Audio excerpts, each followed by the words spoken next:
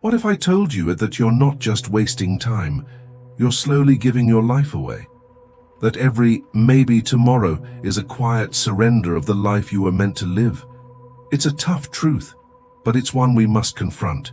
Now, not later, because later is a luxury you might not have.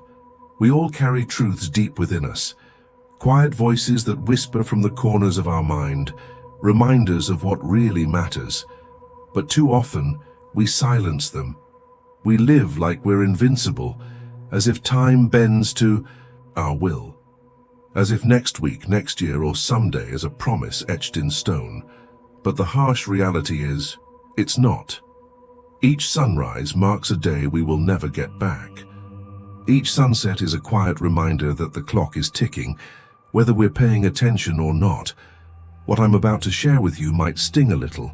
It might challenge your comfort zone. It might even trigger something deep inside you. But that's the point. Because unless we're willing to face what's hard, we'll never grow beyond what's easy. In this video, I'll walk you through 7 truths, not motivational fluff, not recycled clichés. These are time-tested lessons drawn from the Stoic philosophy, a way of living embraced by the most resilient minds in history. Stoicism isn't about suppressing emotions or pretending life doesn't hurt. It's about confronting reality with strength, clarity, and acceptance. And these 7 truths, I didn't just read them in a book, I lived them, through pain, through loss, through moments where life didn't just challenge me, it changed me, and I'm sharing them with you so that maybe, just maybe, you won't have to learn the hard way like I did. So for the next few minutes, I ask one thing. Pause whatever else you're doing. Put the distractions aside and truly listen, because this might just be one of the most important videos you ever watch. Not because I'm special, but because the message is, let's begin. Truth number 1. We always procrastinate and we always miss out on life. Be honest with yourself. How many times have you said, I'll start tomorrow. Tomorrow you'll learn that new skill. Tomorrow you'll go for that run. Tomorrow you'll write that book, build that business, chase that dream. But somehow tomorrow always moves further away. It becomes next week, then next month, then next year. And one day you look back and wonder, where did all that time go? Here's what no one tells you. You're not just procrastinating tasks. You're postponing your life. We fall into the trap of thinking we have time. We convince ourselves there will always be more time, more chances. But that illusion is a thief. It quietly steals our days, while we're busy planning the perfect moment to begin. Marcus Aurelius, one of the greatest Stoic emperors, said it best. You could leave life right now. Let that determine what you do and say and think. Let that sink in. You could be gone tomorrow, and if that's true, what are you doing with today? Why do we procrastinate? Because we're scared. Scared we're not ready. Scared we'll fail. Scared others will judge us. Scared we'll discover that we're not good enough. But here's a truth you need to accept. No one ever feels fully ready. Confidence isn't a prerequisite. It's a byproduct of action. Look at the people who've done what you dream of doing. Are they smarter? Maybe. More talented? Perhaps. But here's the difference. They didn't wait. They didn't wait to feel ready. They didn't wait for all the lights to turn green. They didn't wait until the fear disappeared. They acted. They moved forward with the fear. The world doesn't reward hesitation, it rewards action. You think you'll get another chance? Maybe, but maybe not. Seneca, another Stoic thinker, wrote, "While we wait for life, life passes." And that's the haunting truth. While you wait to feel more confident, time is slipping away. While you wait to be perfect, opportunities are passing you by. Life isn't a rough draft. You don't get to revise it later. This is it. Are you really willing to waste another year chasing the illusion of the perfect time? Because here's the other trap: perfectionism. You delay your dreams because you're obsessed with being good enough, polished enough, perfect enough. But perfection is a myth. And if you're waiting for it, you'll be waiting forever. Let me ask you this. When was the last time you did something brave while still feeling afraid? That's the mark of true growth. The enemy isn't failure. The enemy is waiting. Waiting until it's too late. Waiting until regret becomes heavier than fear ever was. You think procrastination is harmless. It's not. It's the quiet killer of potential. It doesn't destroy your life in one dramatic moment. It does it slowly, one delayed decision at a time. So how much time do you think you have left? 5 years? 10? A lifetime? You don't know. No one does. And that's exactly why you can't afford to keep living like you have forever. Life is calling. Not tomorrow. Now. So, will you answer? Or will you let procrastination steal the only thing you truly own, your time? You've already heard the truth. Perfection is a lie that delays your life. And yet most people wait. They wait for the perfect version of themselves, the perfect time, the perfect conditions. But here's the hard truth. That moment never arrives. When everything finally seems flawless, when the stars align, when the fear fades, when the conditions are just right, then you'll begin, right? But let me ask you this. How long have you been telling yourself that? Weeks? Months? Years? Perfection doesn't exist.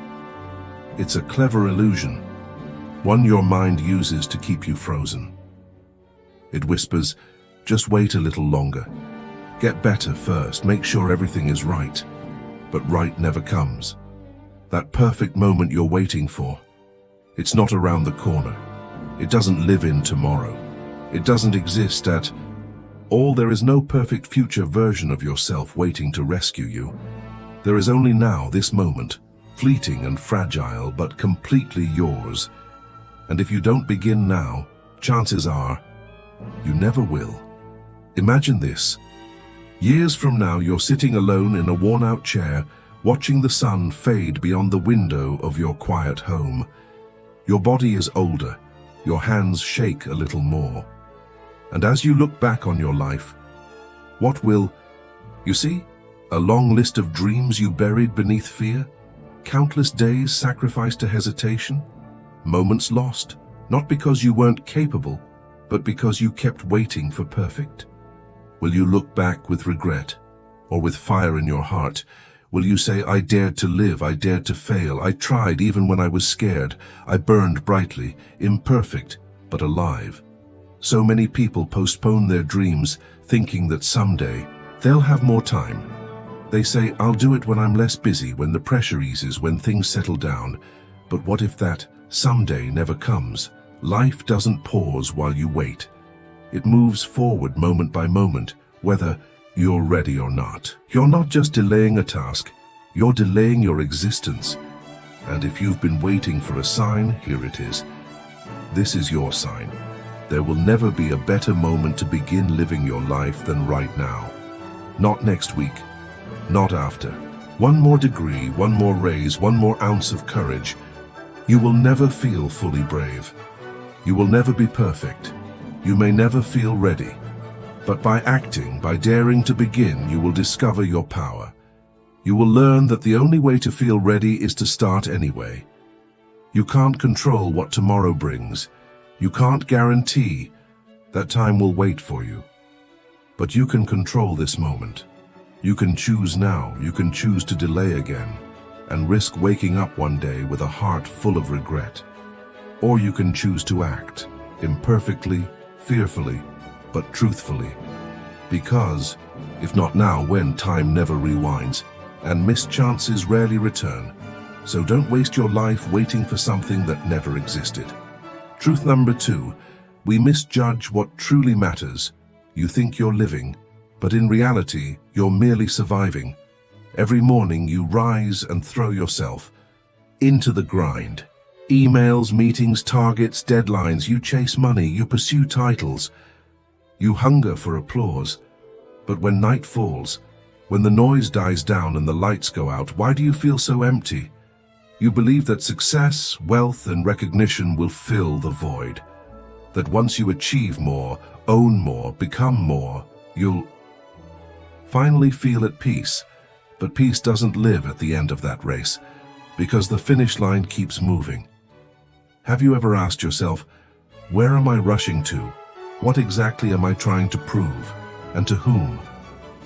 We misjudge what truly matters. Society feeds us illusions that you must always achieve, that your worth is measured in trophies and titles, that to be someone, you must always be more than others, and we believe it.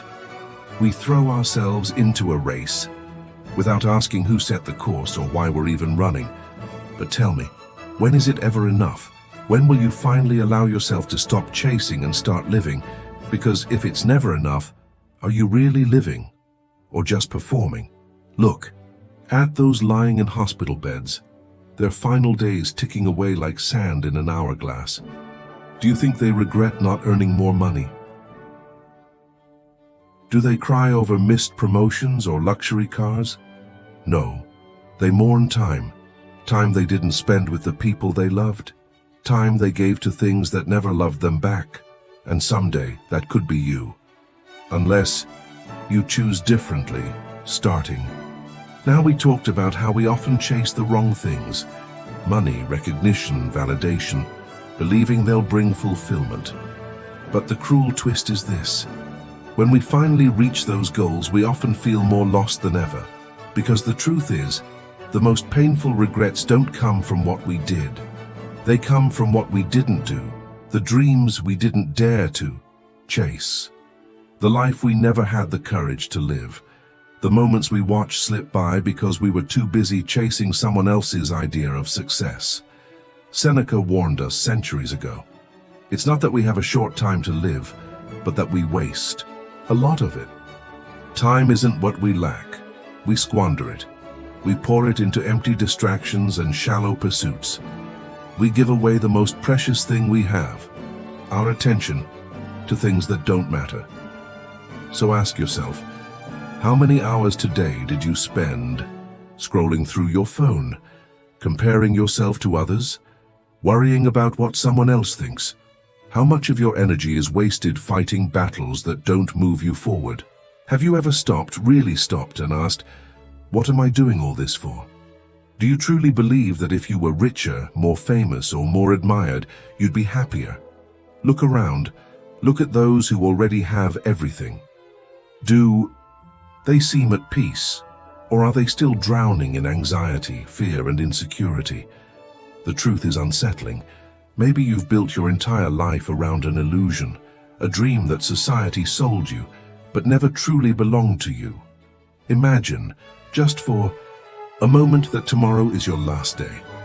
Would any of the things you're obsessing over, money, likes, status, still matter? If they wouldn't matter then, why are you letting them control your life now? Epictetus once said, wealth consists not in having great possessions, but in having few wants. You don't become rich by owning more, you become rich by needing less. So what really matters? It's not the applause. It's not the spotlight. It's not the bank balance. It's the quiet things. The sacred, simple moments you've been overlooking. A conversation that makes your heart feel seen. An afternoon walk with someone you love. A moment where you're completely yourself, unfiltered, unafraid. These things aren't loud. They won't trend. They won't get you a promotion. But when everything else collapses, they're the only things that stay. Here's the real issue.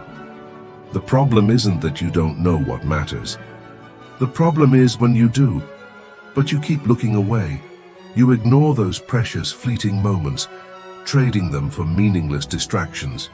You sacrifice your peace of mind for approval from people who don't even know the real you. You sell your life day by day for a price that's not even worth it. And if these words are making you uncomfortable right now, good, because that discomfort, that's your soul knocking. It's the part of you that's tired of pretending, tired of sleepwalking through life. You now face two choices. You can keep scrolling, keep chasing, keep living a life that will eventually fill you with regret, or You can wake up. You can choose to stop living like a puppet with strings pulled by other people's expectations. You can stop letting society define your worth. Stop chasing things you can't take with you. And finally, start building a life that matters to you. A life that when you look back you can say, I didn't waste it. So now I ask you, will you keep sleeping in illusions, or will you wake up and truly live? The choice is yours. But remember, you don't have much time. If these words stirred something in you, if they shook something loose, don't ignore it. Let this be your sign. Let this be the moment where you stop drifting and start deciding. And if you know deep down that it's time to reevaluate your path, hit like, not for me, but for you. To mark the beginning of a new chapter, one that's finally yours. If the words you've just heard made you uncomfortable, if they shook you, even just a little, then it's because they touched a truth you've been trying to avoid. And now you're faced with a choice. Keep chasing the illusions of the future, or confront the ghosts of your past. Truth number 3, we are stuck in the past and can't let go. So many of us are not living our lives, we're simply replaying them. We sit in silence, lost in thought, watching the same scenes over and over. The mistakes we made, the people we lost, the words we shouldn't have said, the chances we didn't take, we keep asking, what if? As if somehow that question will change the outcome. But it won't. The past is over. Gone. Buried. Yet here you are, still letting it decide your future. Still letting what's dead hold power over what's still alive. It's like tying a heavy stone to your feet and then trying to swim. There it drags you under, deeper and deeper, until all you can breathe is regret. Let me ask you this. Do you think that by constantly punishing yourself for what already happened, you're being noble? That by holding on to the pain, you're honoring? Your past you're not. You're just hurting yourself again and again, this time by choice. Marcus Aurelius once said, forget everything else. Hold on to this alone. Each of us lives only now, this brief instant. Now, not yesterday, not the version of you that failed, not the memory that still stings. This moment is the only one that truly belongs to you, and you are wasting it. While you're trapped in looping thoughts, life moves on. The sun rises, people laugh, love, build new memories. But you and you're frozen behind invisible bars made of regret. You've built yourself a prison of what-ifs and if-onlys. And the worst part? You hold the key, but you refuse to unlock the door. Do you believe that clinging to pain means you're strong? That refusing to forgive means you're loyal to what was lost? The truth is, you're not honoring the past, you're destroying your present. Epictetus once wrote, if someone succeeds in provoking you, realize that your mind is complicit in the provocation. It's not the past that's hurting you. It's you keeping the wound open, letting it bleed every time you revisit it. So what now? Will you keep living inside this cage you built? Or will you finally step out even if your hands are trembling? Here's a hard truth that no one likes to hear. No one is coming to rescue you. No one can undo what happened.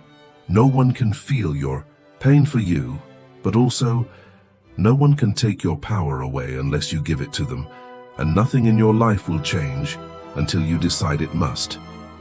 Picture this. You're driving a car, but instead of looking forward, you're staring at the rear view mirror.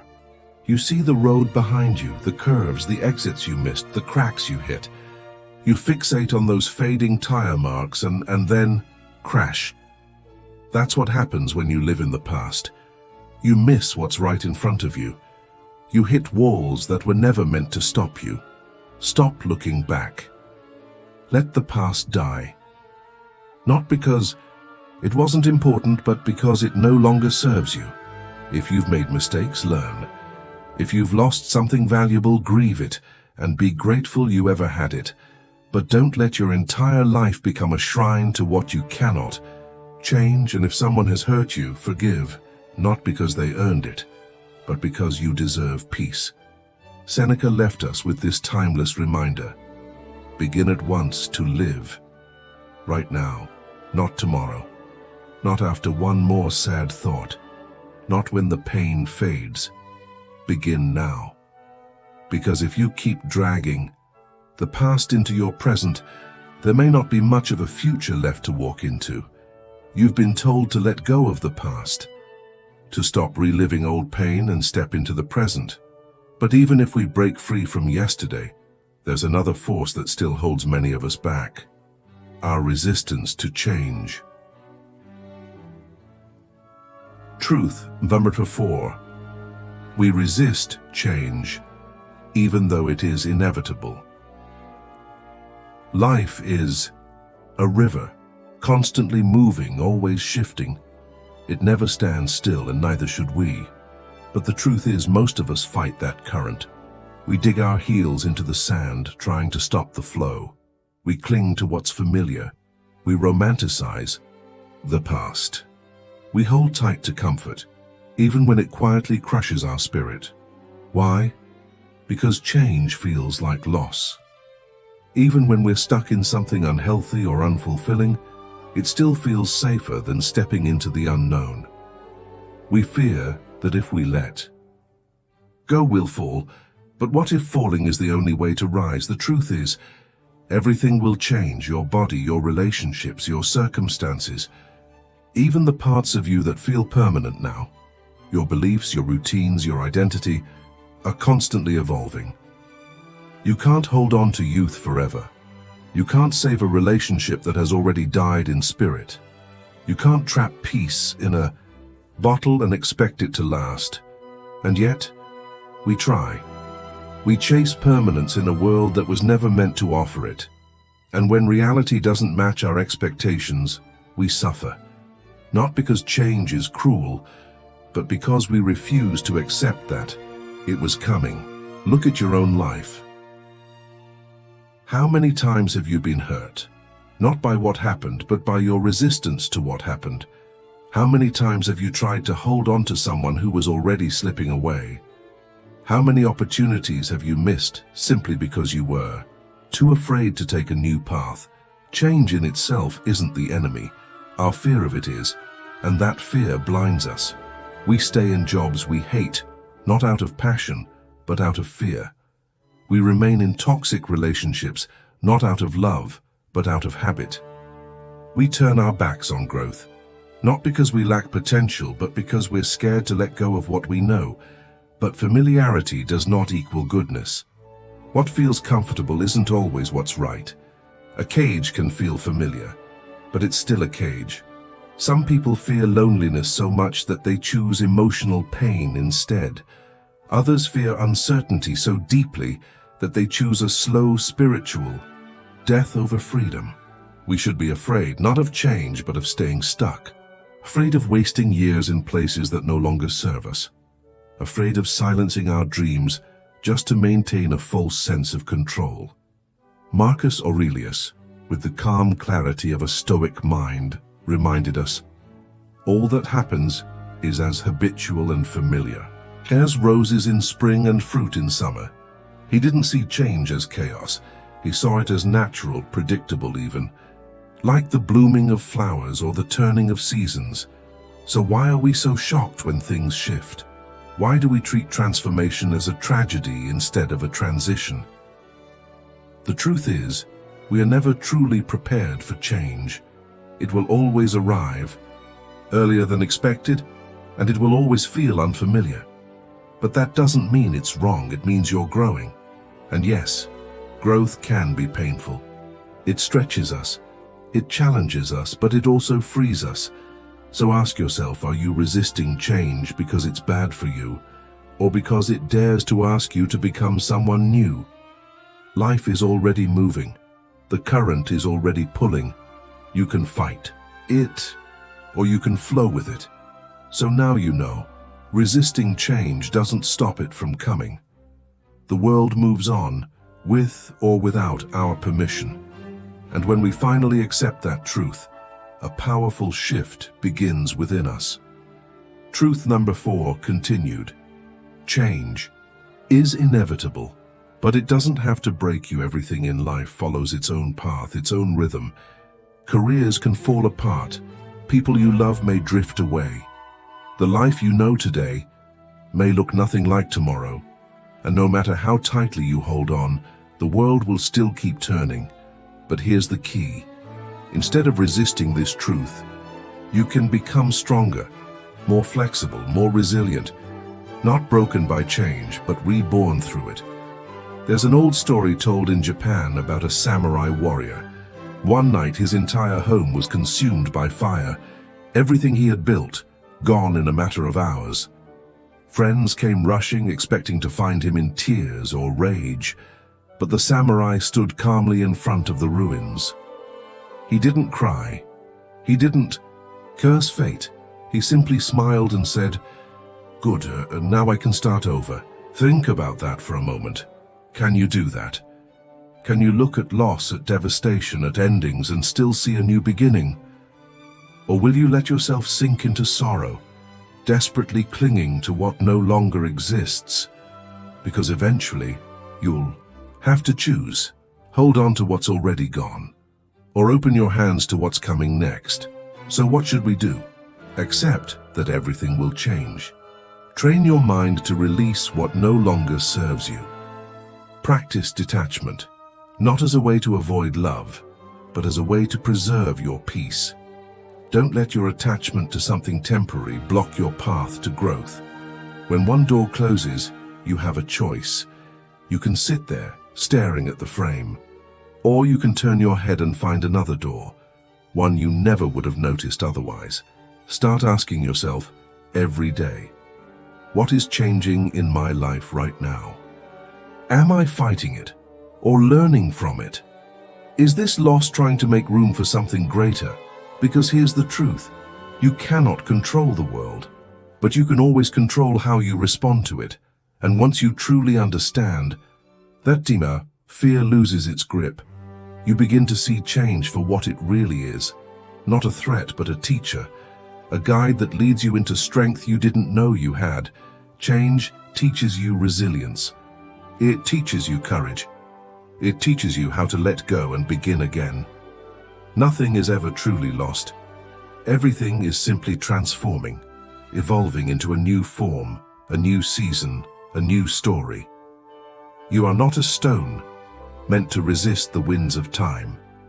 You are a river. You bend, you move, you flow, and you never stop becoming. Congratulations. If you've made it this far, you're not just watching. You're truly listening.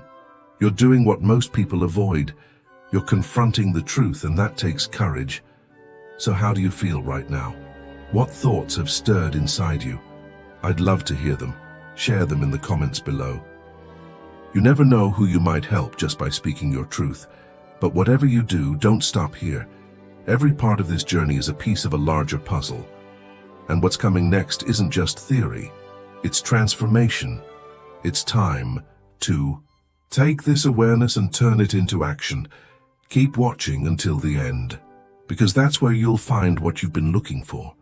You've learned that change is the only constant, and that growth comes from letting go. But even after accepting change, many of us still struggle. Why? Because we're trying to control things that were never ours to control in the first place. Truth number 5, we try to control things beyond our reach. We don't suffer because the world is unfair. We don't suffer because fate is cruel. We suffer because we try again and again to take control over what was never meant to be ours. We tie ourselves up in invisible chains, the chain of expectations, the chain of fear, the chain of control disguised as effort. We tell ourselves, if I just work hard enough, if I love deeply enough, and if I plan everything perfectly, then life will reward me. But that's an illusion, a seductive one. And it's this illusion that drains us, that fills us with frustration, bitterness, and helplessness. Think back to the last time you felt completely defeated. Maybe you poured everything into a relationship, only to watch it fall apart. Maybe you gave your all at work, yet the promotion went to someone else. Maybe you mapped out your life in perfect detail, only for it to collapse in ways you never saw coming. And when that happened, who did you blame? Yourself. Did you call yourself a failure? Did you ask, what did I do wrong? Did you spiral into anger, shame, or self-doubt? But pause, really pause. Were those outcomes ever truly in your control, or were you simply punishing yourself for something that was never in your hands? We suffer not because of what the world does to us, but because of the stories we tell ourselves about what the world should be like. We say, if I love enough, they'll love me back. If I work hard, I'll be rewarded. If I do everything right, things will go right. But life doesn't follow those rules.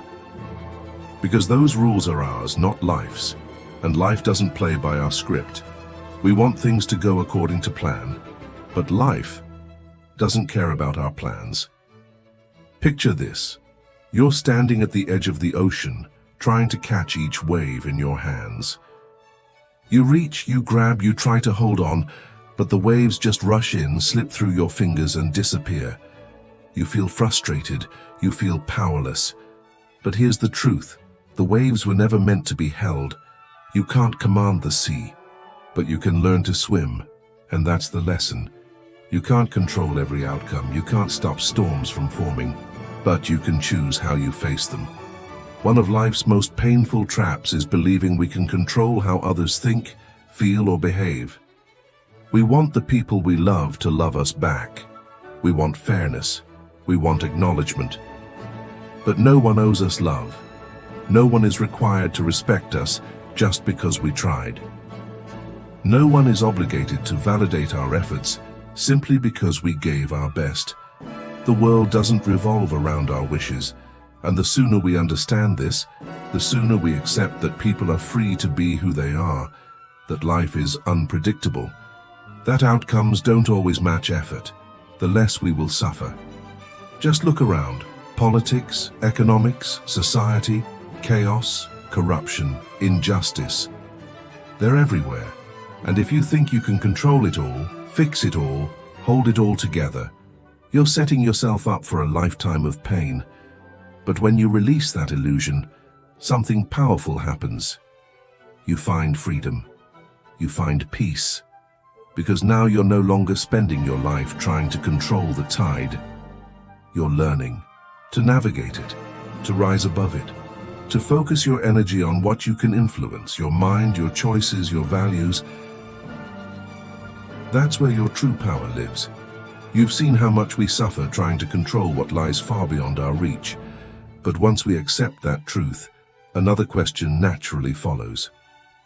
So what can I control? You can be angry, you can complain, you can scream into the void, hoping the world will listen. But pause and ask yourself, can I truly control this? If the answer is no, then why are you wasting your life trying? You cannot change the entire world with a single cry. You cannot bend chaos to your will. But there is one thing you can always control: yourself. You can choose how you respond. You can choose your words, your attitude, your actions. You can live in a world that often feels insane and still protect your peace. You can walk through storms with calm inside your chest. Epictetus once said, happiness and freedom begin with a clear understanding of one principle. Some things are within your control and some things are not. Simple, but profound. Do you want to be happy? Then start here. Learn to let go of what was never yours to hold. Learn to stop wrestling with the unchangeable. Learn to spend your energy wisely on the things that shape you. Only then will you truly be free. So here's the final question of this lesson. Will you continue struggling with what's beyond your reach? Or will you finally turn inward and reclaim your power? You can spend your entire life throwing punches at the wind, fighting systems, people, and outcomes you were never meant to control. Or you can use that energy to build yourself stronger, wiser, more peaceful. And if there's only one truth, You remember today, let it be this: you cannot control the world, but you can control yourself. And that is the only thing that truly matters. Truth number 6. We fear death, but not a meaningless life. We fear death. We avoid talking about it. We run from it. We distract ourselves with noise and busyness just to forget it's out there waiting. But strangely, we don't fear living a life without meaning. Isn't that humanity's greatest paradox? We're terrified of the end, yet we waste the time we do have like it's infinite. We tiptoe around the idea of dying, but we don't hesitate to live dull, disconnected lives. But ask yourself this: if death is the worst thing that can happen, isn't an empty life even worse? The problem isn't a lack of time. The problem is how carelessly we throw it away. Take a moment, just a moment, to reflect on today. Did you do something that mattered? Or did you let the hours slip by in meaningless tasks, endless scrolling, and mindless distractions?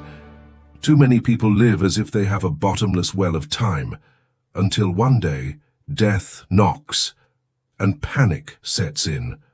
Not because it came too soon, but because they realize they never really lived. So why don't we fear a meaningless life? Because it's easy. It's convenient. Living without purpose takes no effort. You just follow the crowd. You walk the safe path. You do what's expected. You avoid discomfort. And you drift. But living with meaning, that takes courage. It means facing hard questions. It means rejecting what's shallow. It means chasing what sets your soul on fire, even if others don't understand it. Marcus Aurelius said, "It's not death that a man should fear, but rather he should fear never beginning to live." And that's the truth. Many people aren't truly alive. They exist, they wake up, they work, they eat, they entertain themselves, they sleep, and then they do it all again. But they never stop to ask, what truly makes me feel alive? They fear failure. They fear judgment. They fear stepping outside their comfort zone, so they settle. They accept mediocrity over meaning. They choose familiarity over fire. They call it realism. But it's just fear in disguise. Now imagine this: if you knew that tomorrow was your last day, would you still care what people think? Would you still delay that dream? Would you still silence your heart to please others? Or would you finally throw yourself into life with everything you've got? You've seen how much we suffer trying to control what lies far beyond our reach. But once we accept that truth, another question naturally follows.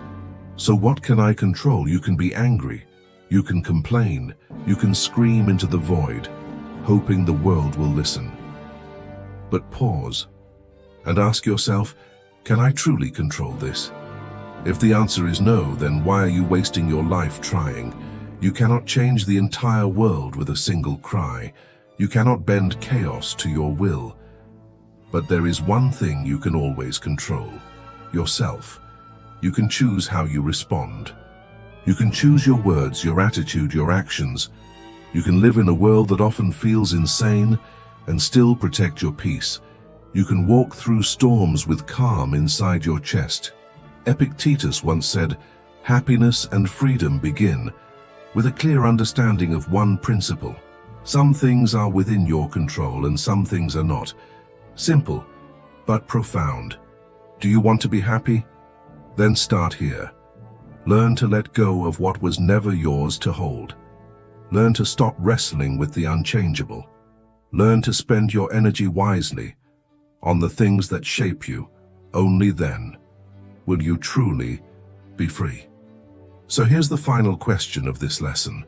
Will you continue struggling with what's beyond your reach? Or will you finally turn inward and reclaim your power? You can spend your entire life throwing punches at the wind, fighting systems, people, and outcomes you were never meant to control. Or you can use that energy to build yourself stronger, wiser, more peaceful.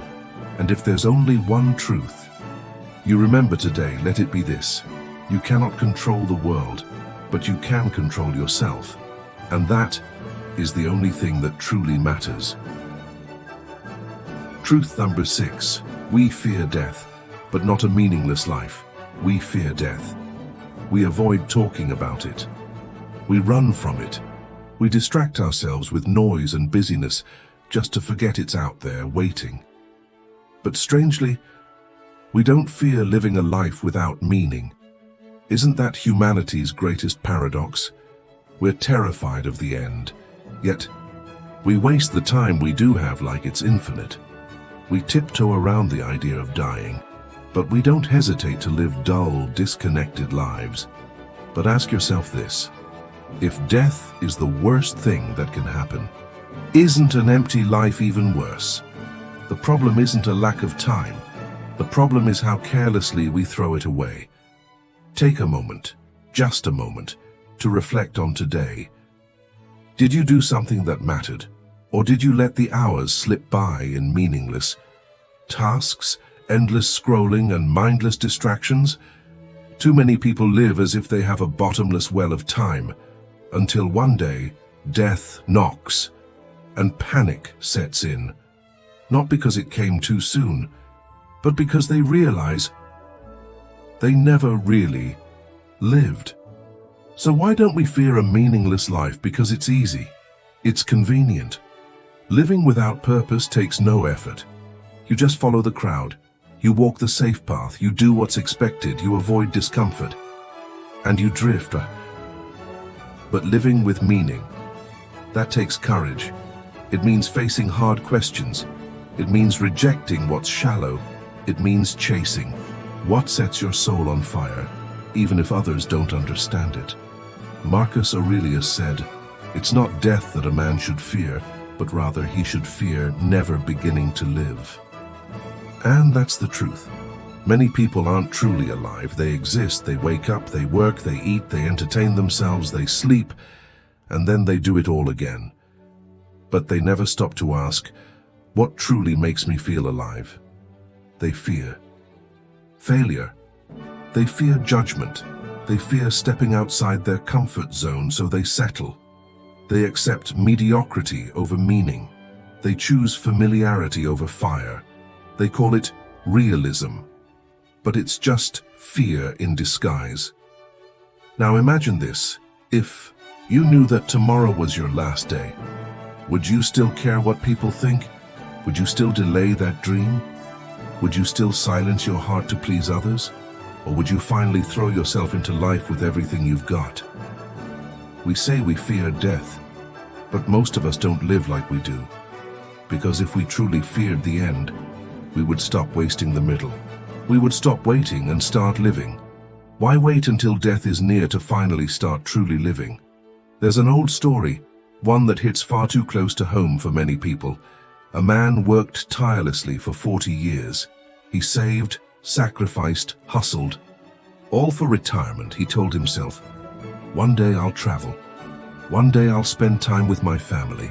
One day I'll finally enjoy life. So he postponed joy.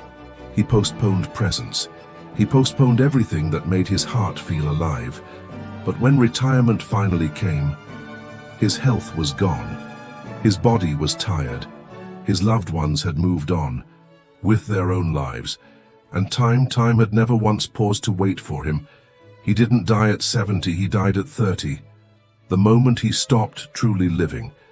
And now the question is, are you falling into the same trap?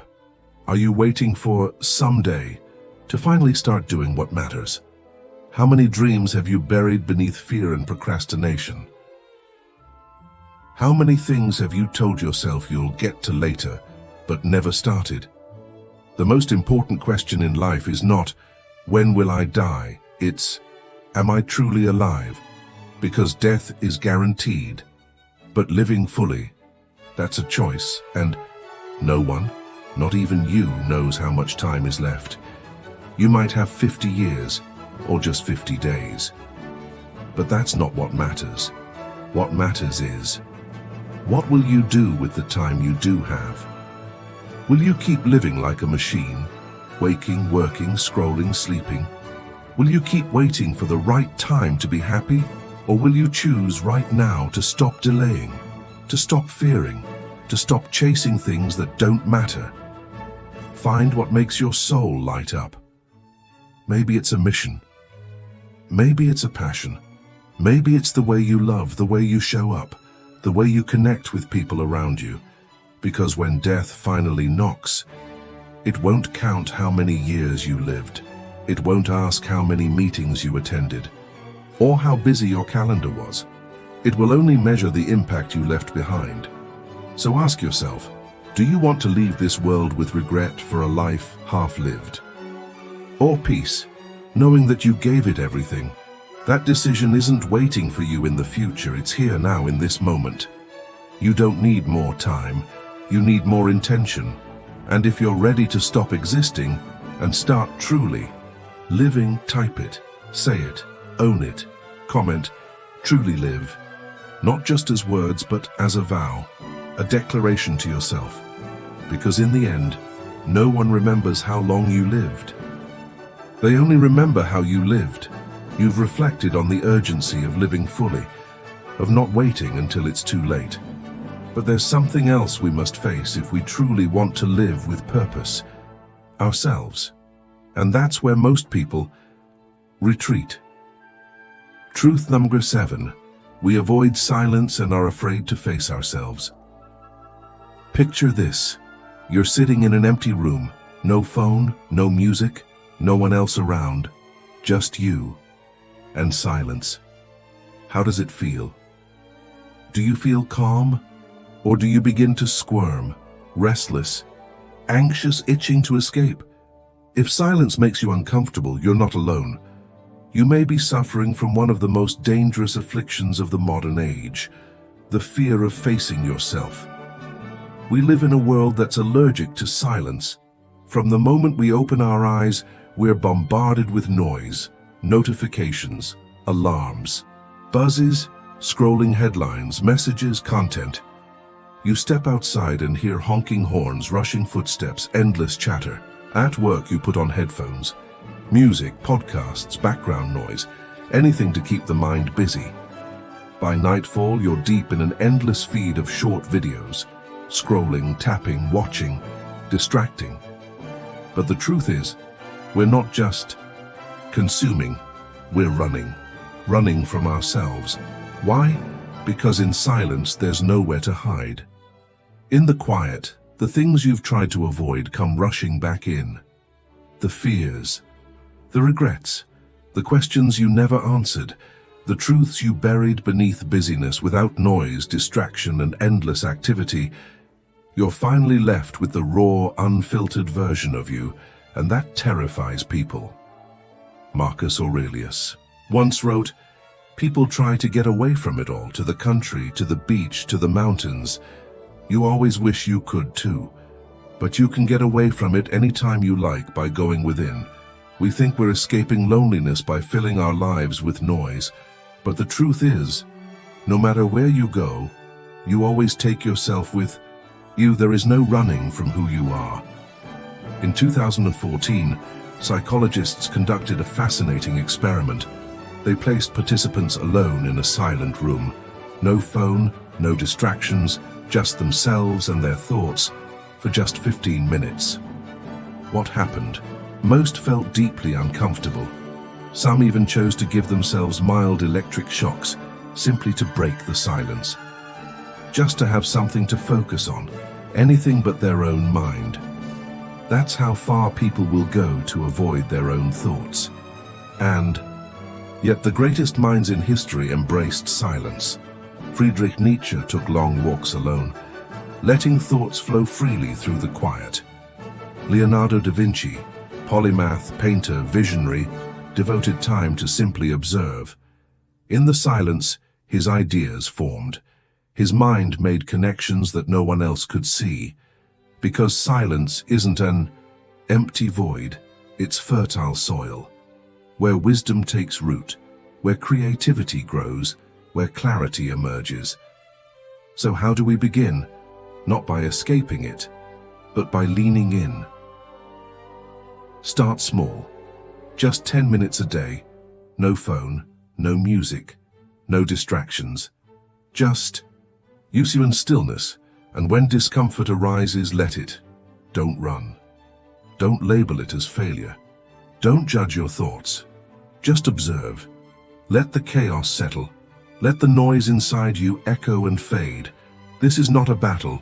It's a homecoming, a journey inward, a return to the one place you've avoided the most, but need the most: yourself. After all, once you learn to stop running from yourself, once you dare to sit in silence, you begin to hear the quiet truths you've been avoiding.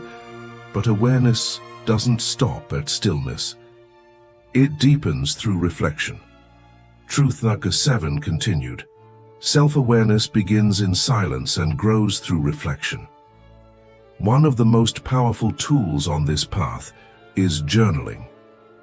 Marcus Aurelius, the Stoic emperor, wrote his famous Meditations not to be published or praised, but as an honest, raw dialogue with himself. It was his space to think clearly, to confront himself, to grow. You can do the same. Write, not for likes, not for an audience, not to impress. Write to meet yourself. Put your thoughts on paper. Write down the emotions you've been bottling. Top. Ask the questions that keep circling your mind. Let it be messy. Let it be real. Because clarity doesn't come from perfect sentences. It comes from honest ones. And when you're not writing, learn to enjoy your own company. Take a solo walk. Sit in a quiet cafe, just you and your thoughts. Watch the world around you without needing to comment, post, or respond. Let your mind drift without an agenda. Let yourself exist without performance. There's a rare kind of beauty in these quiet moments, a sacred stillness where you meet your truest self. No filters, no expectations, no noise, just you. Finally whole, finally free. Because when you stop running from silence, you'll discover it isn't a void, it's a doorway to understanding, to peace, to strength. So take a deep breath, close your eyes, pause and listen. What is rising within you now? Conclusion. A new way forward. You've just walked through 7 hard truths. Maybe some were difficult to hear. Maybe they stirred something uncomfortable. Maybe they hit closer to home than you expected, but you needed to hear them, because life doesn't pause while we untangle our regrets. It doesn't wait for us to be ready. It moves, with or without us, and every moment you spend trapped in fear, guilt, denial, or resistance to reality is a moment you'll never get back. But here's the good news. You have a choice. You can. Keep living as you always have. Or you can let go, you can accept. You can move forward, not with blind positivity, but with a mind that's sharper. And a soul that's lighter. That's what Stoicism teaches. Not to be cold, not to be numb, but to be free, to master yourself. To choose purpose over reaction, to walk through the chaos and remain unshaken. If this video spoke to you, even in a small way, let me know by tapping the like button. It tells me you're on this path too, that you're not just watching, you're walking. Feel free to share your thoughts in the comments or your story. You never know who might be reading, quietly needing your words. And if you know someone struggling, someone caught in fear, in overthinking, in pain, share this video with them. Sometimes one sentence, one truth, is all it takes to change a life. And if you haven't already, I invite you to subscribe to Stoic Havenway. This is just the beginning. There's so much more ahead. Tools, reflections, stories to guide you home, to yourself. Thank you for being here. Now, breathe deeply. Stand tall and move forward, stronger than ever.